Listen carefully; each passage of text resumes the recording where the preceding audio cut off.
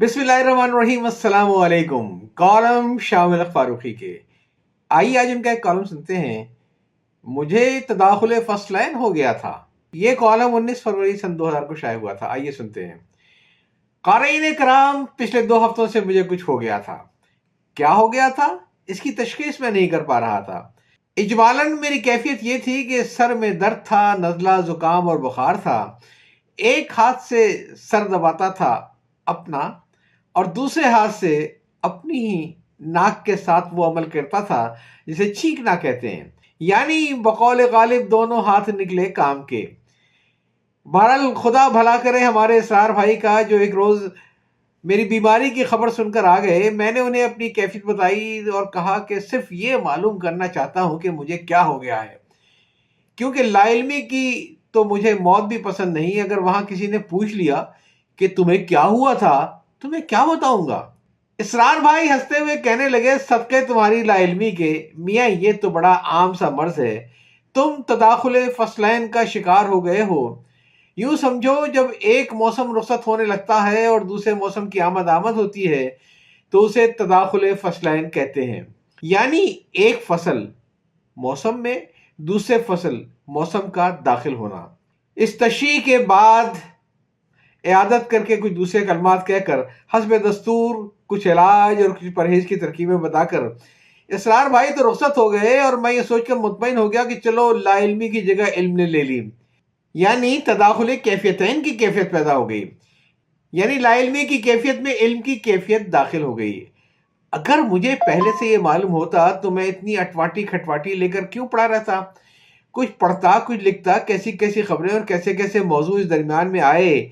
लेकिन बुरा हो तदाखुल फसलैन का कि उसकी वजह से रुखसत हो गए और मैं एक हाथ से सर को थामे और दूसरे हाथ में नाक छींक डाली। जब मुझे मर्ज का नाम मालूम हो गया तो फिर क्या फिक्र थी। अब मैं फिर पढ़ने लिखने के लिए आज़ाद था। चुनांचे मैंने हाथ में अखबार उठाया, जैसे पहलवान मकदर जंगजू तलवार और मैकश जाम उठाते हैं। पहली खबर जो नजर आई वो एक हुक्म पर मुबनी थी। फरमाया, माजूल वजीर आजम मोहम्मद नवाज शरीफ की अहलिया कुलसूम नवाज ने कारकुन बाहर निकले वरना तारीख कभी माफ नहीं करेगी। आजकल शामत बेचारी तारीख की आई हुई है। जो जज पीसीओ के तहत हलफ उठा लेंगे तारीख उन्हें माफ नहीं करेगी। जिन जजों ने हलफ नहीं उठाया शायद तारीख उन्हें माफ कर देगी, बल्कि उन्हें बिला इस्तेकाक पेंशन और दीगर मराद भी दिलवा देगी। जो कारकुन बाहर आ जाएंगे उन्हें तारीख माफ कर देगी और जो बाहर नहीं आएंगे उन्हें तारीख माफ नहीं करेगी। इतनी बड़ी धमकी सुनकर मेरा दिल दहल गया और मैं सोचने लगा कि कारकुनों ने तारीख का क्या बिगाड़ा है। वो बेचारे तो तलाश माश में सरगर्दा बरसा बरस से बाहर ही बाहर मारे मारे फिरते हैं। घर में उन्हें कौन चैन लेने देता है। माँ बहन या बीवी बच्चे अपनी हालत इज़हार बयान करके कारकुन को पहले ही मजबूर किए हुए हैं कि ज्यादा से ज्यादा मुमकिन हो तो घर से बाहर ही रहें। इसमें 2 फायदे हैं। एक तो ये कि बाहर रहने से कुछ न कुछ रोजी का सामान होता रहेगा और दूसरा ये कि घर में बैठकर घर वालों के दुखड़े और कभी कभार जली कुटी सुनने से भी पनाह रहेगी। ये कैफियत कोई आज सामने नहीं आएगी, बरसों से यही कैफियत है। आने वाले या आने वाली ने हालात को मजीद खराब तो किया, किसी ने बेहतर तो ना किया। इस सूरत हाल से मुस्तस्ना ना मोहतरमा बेनजीर भुट्टो का दौर है, ना ही मोहतरम नवाज शरीफ का, और ना पिछले 4 महीनों से परवेज मुशर्रफ साहब का। जमहूरी हुकूमत हो या मार्शल लाई, आईनी हुकूमत हो या मावराए आइन, कारकुन तो हमेशा ही तलाश में सरगर्दा रहते हैं।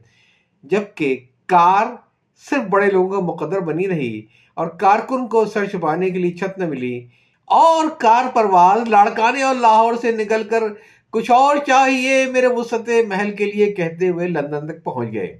कारकुन ऐसे बेतौफीकिये निकले कि उनके मुंह से निवाला छीन कर कारगुजार रात तौफीकियों से अरबों रुपए के कर्जे और कजिए मावराए अदालत तय करते रहे और अब उन्हीं कारकुनों को ये हुक्म है कि वो जमहूरियत के नाम लेवाओं को तख्त शाही पर बिठाने के लिए बाहर निकले। वाह भाई वाह। एक बादशाह पर दुश्मन ने हमला कर दिया।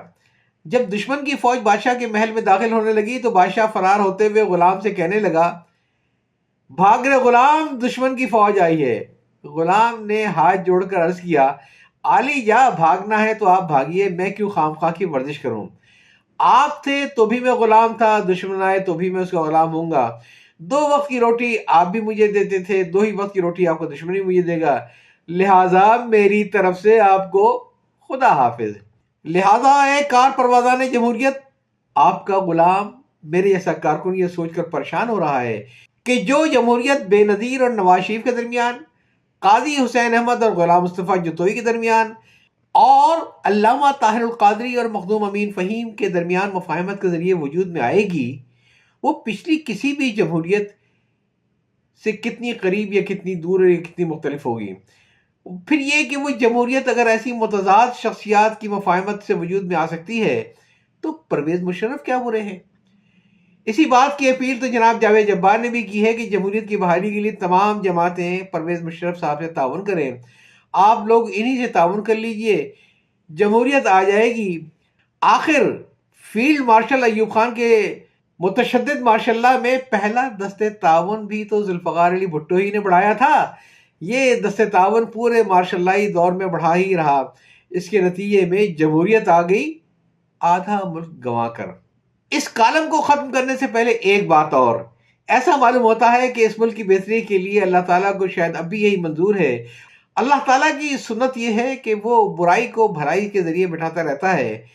پچھلے دنوں جب 19 جماعتوں پر مشتمل GDA کا قیام عمل میں آیا تو میں اپنے جنت وزیر ملک کی طرف سے بڑا پریشان ہو گیا۔ قرآن پاک سورہ مدثر میں اللہ تعالیٰ سفر یعنی جہنم کا بیان کرتے ہوئے فرماتا ہے کہ اس پر 19 دروغے رکھے گئے ہیں۔ یہ دیکھ کر میں سوچا اور بارہا سوچا کہ یا اللہ، جب تو نے اپنی رحمت سے ہمارے ملک کو جہنم بننے سے محفوظ رکھا ہے تو اس کے لیے جمہوری دروغائی 19 کی تعداد میں کیوں مقرر کر دیے؟ 1 یا 2 کم یا زیادہ کیوں نہیں؟ معلوم ہوتا ہے کہ اللہ تعالیٰ کو ہماری حالت پر ترس آ گیا ہے، چنانچہ 2 جماعتوں کے لیے خبریں آ گئی کہ انہوں نے مختلف نکات مفاہمت پر اعتراض کرتے ہوئے کہہ دیا کہ یہی ٹھہری جو شرط وصل جمہور، تو استعفیٰ میرا باحثت و یاس۔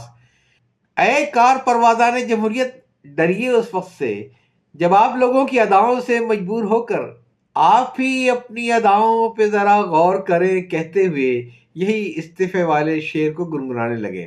کالم آپ سن رہے تھے مجھے تداخل فصلین ہو گیا تھا۔